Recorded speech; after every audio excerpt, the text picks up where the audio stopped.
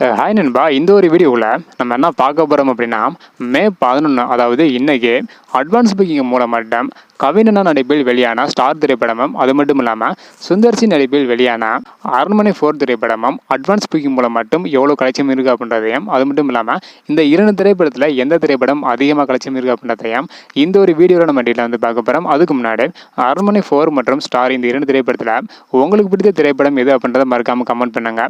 இன்னும் நம்ம சேனலை சப்ஸ்கிரைப் பண்ணாமல் இருந்தீங்கன்னா மறக்காம பண்ணிக்கோங்க. ஓகே அன்பா, வாங்க நினைக்கிற வீடியோக்குள்ளே போகலாம்.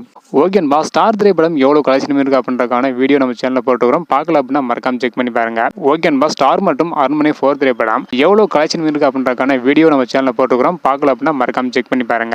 ஓகே அன்பா, ஃபர்ஸ்ட் வந்து பார்த்தீங்கன்னா அரண்மனை 4 திரைப்படம் இன்னைக்கு அட்வான்ஸ் புக்கிங் மூலம் மட்டும் எவ்வளோ கலெக்ஷன் இருக்குது அப்படின்றத டீட்டெயில் வந்து பார்த்துடலாம். அதாவது அரண்மனை 4 திரைப்படம் 87,460 டிக்கெட் வந்து விற்பனை இருக்கு. இதன் மூலம் 1,26,00,000 வரையும் கலெக்ஷன் இருக்கு இன்னைக்கு அட்வான்ஸ் புக்கிங் மூலம் மட்டும். இதனை தொடர்ந்து ஸ்டார் திரைப்படம் வந்து பார்த்தீங்கன்னா 87,392 டிக்கெட் வந்து விற்பனை இருக்கு. இதன் மூலம் 1,34,00,000 வரையும் கலெக்ஷன் இருக்கு.